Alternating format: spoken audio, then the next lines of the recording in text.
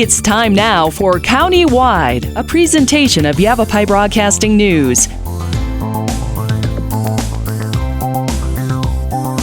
You'll hear about the interesting issues and happenings that affect all our lives. Here's today's County-Wide. Well, good day and welcome to the program. I'm Brad Miller, and we're happy to welcome into studio today Dr. Gary Beverly. It's been a long time since Gary has been in studio with us. Gary Beverly is chair of the Sierra Club Yavapai group, and we'll be talking coming up in a few weeks, the middle part of April here. We'll give you the dates and times and all of that. But presenting a special showcase, the Upper Verde River Value, Threats, and Protection. There is a move, Gary, help me if I get any of this incorrect, to have the Verde River designated as a wild and scenic river. It would give it special federal status and protections. And you're going to tell us a little bit today about what that is and maybe what it isn't, and why it could be something big for folks, especially who live along the cherished Verde River. So we say good day to you. Thanks for coming in and being part of the program. Have I gotten it right so far? Is that what you're going to be talking about on the 17th of April? You're spot on. Okay. You're spot on. Thanks. Good. Yeah, it'll be a presentation. It'll be both in person and on Zoom. Great. At the Yavapai College Sedona Center, right, at 4215 Arts Village Drive, Sedona. And you can register at www.yc.edu/OLLI, OLLI. Yeah, I'll tell the audience we'll give out that information a couple of times on the program. I know folks will be interested and want to be a part of it. But this comes up on April 17th, and again, in person and Zoom. So if you can't make it to Sedona that day, certainly you can participate from just about anywhere if you've got a computer, a phone in your hand. Talk to me why this is so important. Those of us who really get into the river and kind of get down there, get their feet literally wet, do the kayaking, do the things.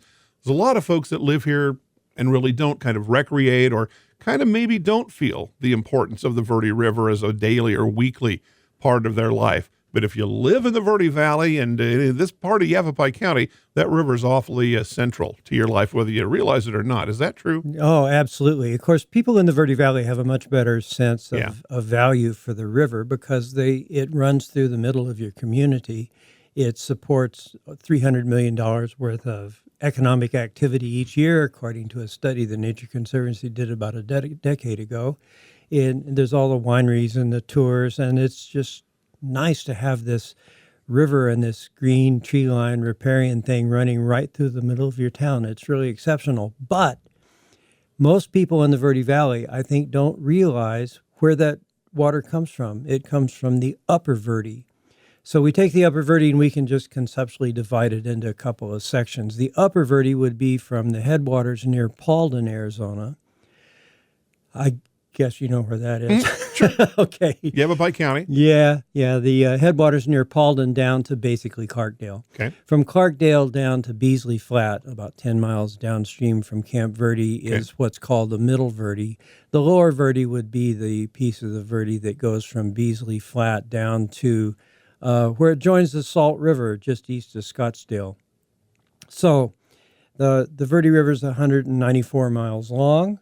It's the last surviving living perennial river in the state of Arizona. We've wiped out all the others. We've exploited their water through surface diversions and groundwater pumping. That water's been used to support economic development throughout Arizona, and the Verde is the only one left standing. The Colorado never flows to the Sea of Cortez. The Gila River coming out of southwestern New Mexico and winding up at Yuma is throughout vastly most of its length is a dry ditch filled with tumbleweeds. Yeah. It's really sad. The Salt River has 4 dams on it, and only rarely reaches the Gila.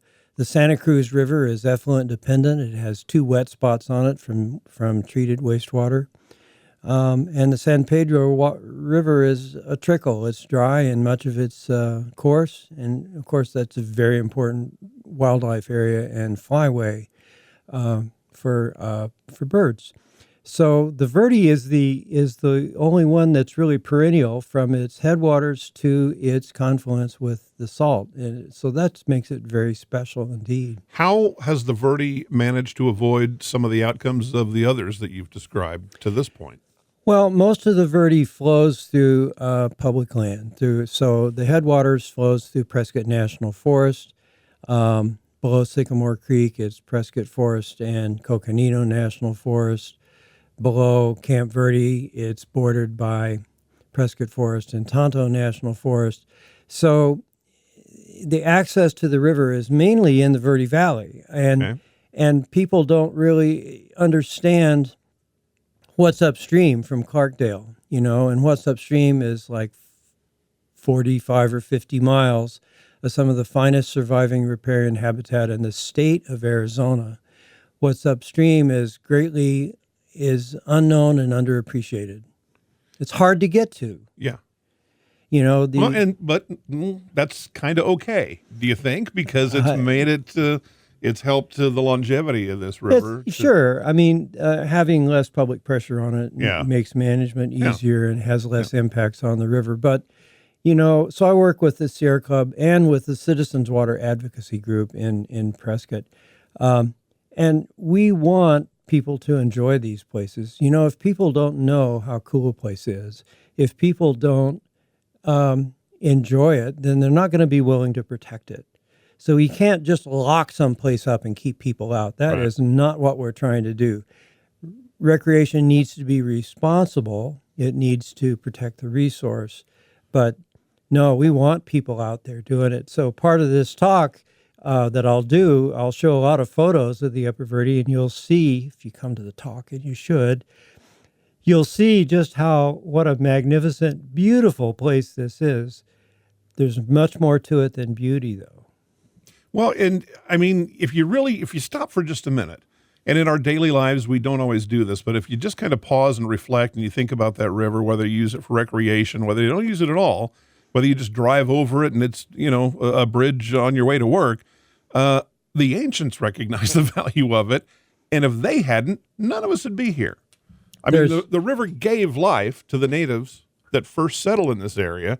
And I think it's a pretty good argument. None of us would probably be here if that river wasn't there. And that's true. There's archaeological evidence showing that indigenous people used the river as a transportation corridor for sustenance, for living, for over 11,000 years ago. Sure. And so there's ruins like that at Montezuma Well. So many tribes from the area have inhabited the Upper Verde. There's been the Northern Hohokam, Southern Sinawa, Hopi, Navajo, Apache, Yavapai, and on. I've probably omitted some. Sorry about that. Yeah. But it just goes to show. I mean, it's really kind of simple when you think about it. Let me bounce back a little bit. Some of the outcomes you described here again at some of the other rivers. Would the wild and scenic designation foreclude that? So these things can't happen. What exactly does this federal designation mean? Well, yeah. So you said it. It's a federal designation. It's the highest form of federal protection for rivers. To be a wild and scenic river, it has to be free-flowing. It has to have acceptable water quality. Incidentally, the water quality in the Upper Verde meets the Clean Water Act standards for body contact. It's very good. So that's no problem. The main thing that the Wild and Scenic Rivers designation does, well, of course, to be designated, it has to be approved by Congress and signed by the president. Yeah, it's a federal matter. Yeah, and this is tough. Yeah, this is a tough row to hoe, Right. So anyway, we're working on it right now, and we're making great progress. I can talk more about that later. Okay, but let's go ahead and do that. We need to take a little break, because I do want to ask you about that and kind of get a clearer, concise definition of what the wild and scenic designation would mean and what it would mean on the other end. Is there going to be that changes to stewardship, the things like that? What's going to fall on the rest of us? That's next. We want to talk about it, and we will. Dr. Gary Beverly is here. Coming up on the 17th of April, this is going to be a great program. You can attend in person. Yavapai College Sedona Center. That'll be on the Sedona campus, or via Zoom beginning at 12:30 that day. And we'll give that information, the sign-up registration information, before we wrap up the program. It's countywide. We'll be back right after this. Life changes, then it changes again. Predicting the unexpected in life is impossible. That's why it's called unexpected. So when it comes to financial goals, our philosophy is don't predict, prepare. Hi, I'm Edward Jones financial advisor Matthias Sandoval. A job loss, change in health, or a loss of a loved one can have a big impact on your family's financial security. Let's work together to help make sure you're equipped for life's unexpected events. Call our office to schedule a face-to-face appointment. Edward Jones, making sense of investing. Member SIPC. Verde Solaire, your hometown heating, air conditioning, and plumbing company in the Verde Valley, and your trusted North Central Arizona Goodman dealer. Goodman is a name you can trust with the revolutionary Comfort Bridge technology factory installed into select Goodman gas furnaces and air handlers to ensure the entire system operates at peak energy efficient performance. Verde Solaire offers free in-home estimates, locally owned and operated since 1983. Visit them at verdesolaire.com. Better, cleaner, faster. Thank you so very much for your generosity and kindness in helping others. I hope that you take advantage of the many Arizona state tax credits available when giving to qualified charities and schools. If you haven't taken advantage, I hope you'll ask your favorite charity if they qualify. You can go to Arizona Department of Revenue website, search for tax credits, and look at the list of qualifying charities. Then look at your latest Arizona income tax return and see how an Arizona tax credit can benefit many. This is Lewis saying thanks again. Let's talk. That's the message from Jonna Randall Murdoch, your local Farm Bureau agent, providing a personal touch when making insurance and financial decisions. Jonna will simplify your insurance needs while offering competitive pricing. Let's talk auto, home, life, and farm. Call Jonna at Farm Bureau today at 928-649-8686. Your Cottonwood Farm Bureau Property and Casualty Insurance Company. At Farm Bureau, they insure more than just farms. Welcome back to the program. I'm Brad Miller. It's Countywide. Dr. Gary Beverly is here, and we're talking about the pending designation, federal designation as a wild and scenic river for the Upper Verde River, talking the values, threats, and protection. I believe that's going to be the name of the presentation. Correct. That you'll make on the 17th. Okay. Now, talk to me again. The upside seems like the wild and scenic rivers is going to kind of protect what we've got with the Verde Preserve, a lot of that. But what's going to be the flip side? What's it going to mean for us? Well, let me explain the upside first, and then I'll do the flip side. Perfect. So what the Wild and Scenic Rivers Act does is it requires that a management plan be created. So the main management agency would be Prescott National Forest. And that management plan has to protect or enhance what we call the outstanding remarkable values. So the management plan has to identify the unique values on the river. So these are things like recreation, like cultural values, like wildlife, like fish, like scenery, etc. And so those have to be protected at current levels or improved. So it's a non-degradation or improvement. So sometimes people are concerned that this designation would keep them from recreating along the river. Not so. It's going to help it. It's going to improve it. Okay. So that management plan has to be created with input from the community. So now this is kind of a cool thing because I know a lot of times people think that federal legislation is something that gets crammed down your throat and doesn't work for local interests. And the Wild and Scenic Rivers Act doesn't do that, because it identifies these outstanding remarkable values that are unique to that river, that one river in that place. It's not a stamp that's been put on other rivers. It's very specific to this one. True. Many other rivers share those things. Yeah. That's true. Yeah. But then the local community gets to participate in the management plan for it. And this was done very well on the Fossil Creek Wild and Scenic River. You know, right just a few miles down from Beasley Flat, Fossil Creek joins the Verde, so there's 16 and a half miles of Fossil Creek Wild and Scenic River, and I worked for years on the management plan for that river. It worked out okay. And there was a lot of community input, especially from people in the Verde Valley. So the Wild and Scenic Rivers Act kind of stabilizes the river in its current condition and improves it, is what it does. That's all good. Now, what's the downside? So some of the ranching community are always concerned that these federal designations will restrict their grazing activities. Right. That is not the case for the Wild and Scenic Rivers Act. The border of the Wild and Scenic River is a quarter mile from each boundary, and grazing in the river has been prohibited by the Forest Service since 1993. So that won't change. It won't get any worse, and ranchers won't be impacted. Actually, we're going to help them because we're going to help control illegal off-highway vehicle access into their properties.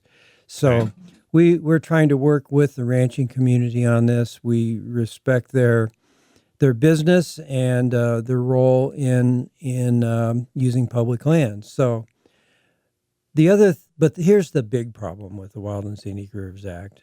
Well, it's not a problem, I guess. It's the negative. It doesn't keep water in the river. So the boundaries of this stop at the headwaters.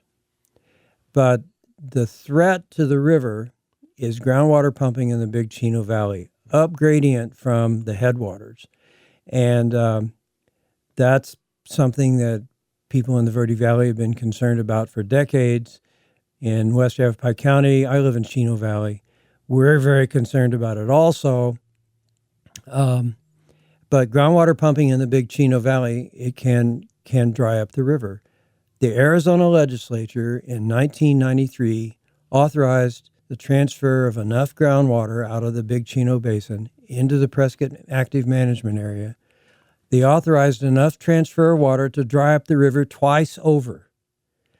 This, I think, is highly irresponsible from the for the legislature to do this. They just took an easy answer. They weren't thinking about any environmental concerns. So that's a huge problem. That needs a separate solution. So the Wild and Scenic River is a piece of the puzzle. It's not the whole answer. Let me pop in what pops into my head. You said the legislature did that in 1993. Yeah. But the river's not dry today. So that's a good point. Help me with that. The groundwater transfers out of the Big Chino have not yet begun. Okay. But maybe in the next, there's no certain date for it, but it's legally accessible water. And with the water problems that exist throughout the state of Arizona, if there's legal authority, it's going to get tapped, you know. So this is something somewhere, somehow, someday. Yeah. So we're working on that now. That's something the Citizens Water Advocacy Group works on. You know, I got started in this whole thing trying to protect the river. And when I saw that the river was threatened by the pumping in the Big Chino, then I got involved with the Citizens Water Advocacy Group. So I have a foot in two groups. Each one is working on a different part of the puzzle. But my overall concern and the concern of hundreds, thousands of people throughout West Yavapai County and the Verde Valley is that we keep this river flowing. Now, is very important. That status is designed by the legislature a long time ago, over 30 years ago, going to cloud the chances for a wild and scenic designation, or is it kind of a separate thing? It's legally a separate thing, and it doesn't cloud our chances for wild and scenic. Okay. But that's only because Arizona water law doesn't recognize that groundwater and surface water are connected. You know, this wild and scenic proposal has massive support. Listen, I'm going to tick off a list of the letters of support we have for this river. Okay, I need you to go quick because we're running out of time, and I want to make sure everybody who wants to participate. Sedona, Camp Verde, Cottonwood, Clarkdale, Jerome, Prescott Valley, Prescott, Chino Valley, Yavapai County Board of Supervisors, Governor Hobbs, former Governor Babbitt, and really importantly, the Yavapai Apache Nation is way behind this, and we really appreciate their support. And Prescott National Forest is a huge supporter of this. So really, this ought to be a slam dunk. We have massive support. And the ranching community has kind of said, well, this isn't going to bother us. So they're kind of like indifferent. Okay. So this is good. Okay. This is good. When does this kind of come to a head? Again, your presentation. I'm going to take our final break. When we come back, we'll give the dates and times for the April 17th talk. But when will this designation get a federal review, or what's that clock? We have a team in Washington, D.C. as we speak. Okay. On this Thursday. What day is it? March 20th? I don't know. They're starting to run together. But here. right now, there's a team in Washington, D.C. talking to Senators Kelly and Gallego and Representative Eli Crane. Okay. And other important legislative leaders that this will come up with. To get their support now. Right. So Kelly and Crane are pretty supportive of this, and we're very glad about that. We're working with Representative Crane. I said Kelly and Gallego are supportive, and we're working with Representative Crane. Okay. So we're making progress. We've got draft legislation being proffered to our representatives, and we're optimistic we can get something to happen even this year, even in a chaotic Washington environment. This is possible. So sounds great. We have high hopes, but honestly, these designations often take some time to do, and this may have to get bumped to following years, which we will do. We're gonna make it happen. You're gonna pursue it. All right. Well, again, great information to get a little more in depth coming up. Your chance for that is coming up on April 17th. Gary will be the featured speaker, and again, the presentation will be called Upper Verde River: Value, Threats, and Protection. You'll expand, I imagine, tremendously on what we've gotten just a glimpse of here today. And there'll be a Q&A, so folks in attendance on Zoom or in person. Yes, a lot of time for you all to ask questions. I'll stay as long as you can stand me and answer your questions. You can register through Yavapai College's Osher Lifelong Learning Institute, and the web address to do that is yc.edu/OLLI, and that's the acronym for Osher, OLLI. So yc.edu/OLLI. Again, April 17th. This will be at the Yavapai College Sedona Center, and again on Zoom, so you can be a part of that literally from wherever you're at. Well, Gary, I'll definitely want to keep abreast of this and follow this process as it goes. And once we get some kind of an outcome, we'll have you back and we'll talk about it then. And hopefully you'll be celebrating. If not, we'll find out what the next steps will be. I hope for a big celebration. That sounds great. It's Gary Beverly, our guest today, giving that talk coming up on April 17th. One more time, yc.edu/OLLI. I'm Brad Miller. It's Countywide. We'll see you next time. Life changes, then it changes again. Predicting the unexpected in life is impossible. That's why it's called unexpected. So when it comes to financial goals, our philosophy is don't predict, prepare. Hi, I'm Edward Jones financial advisor Matthias Sandoval. A job loss, change in health, or a loss of a loved one can have a big impact on your family's financial security. Let's work together to help make sure you're equipped for life's unexpected events. Call our office to schedule a face-to-face appointment. Edward Jones, making sense of investing. Member SIPC. Verde Solaire, your hometown heating, air conditioning, and plumbing company in the Verde Valley, and your trusted North Central Arizona Goodman dealer. Goodman is a name you can trust with the revolutionary Comfort Bridge technology, factory installed into select Goodman gas furnaces and air handlers to ensure the entire system operates at peak energy efficient performance.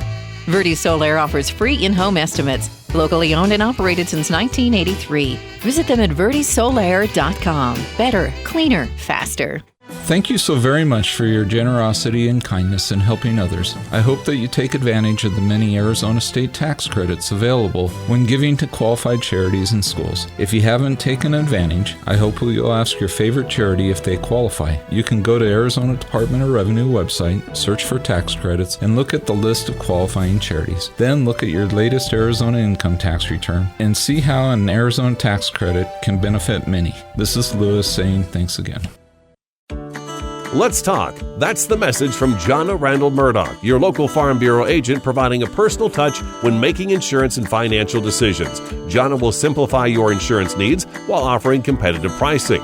Let's talk auto, home, life, and farm. Call Jonna at Farm Bureau today at 928-649-8686. Your Cottonwood Farm Bureau Property and Casualty Insurance Company.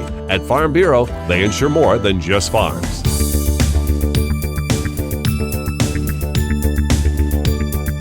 This has been Countywide. Listen in each Tuesday and Thursday at this time. If you have a topic or guest idea that you'd like to suggest, email us, news@myradioplace.com.